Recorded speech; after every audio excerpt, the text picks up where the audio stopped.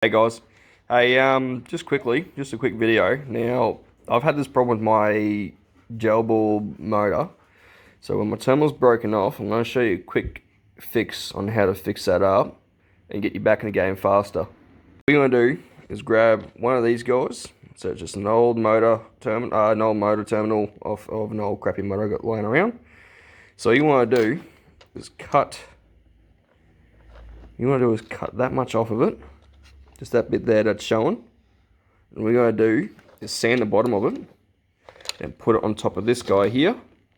And that'll give us a bit of continuity and give us a new terminal to mount our wires to. Alright, so once you've done that, once you cut it down, what you want to do, hold the door off camera, so I'll skip to when I've done it. What you want to do is just sand the bottom of that down so you get rid of all the silvery bit so it comes back to bare metal. Alright, so now we've done that. So now you can see it's all sanded down, all nice and bare. So that's just a bit of 80. So what we want to do is sand it down just like that. Just so you get a bit of conductivity for when you put it onto your motor, so we're not having any power issues or whatnot. Alright, so that's just going to sit in there just like that. So once you've done that, this is what it should look like. So this is my second one. So I've never had an issue with it. And yeah, that's basically the easiest way to fix a terminal. So you guys go. Hopefully this fix works for you guys too.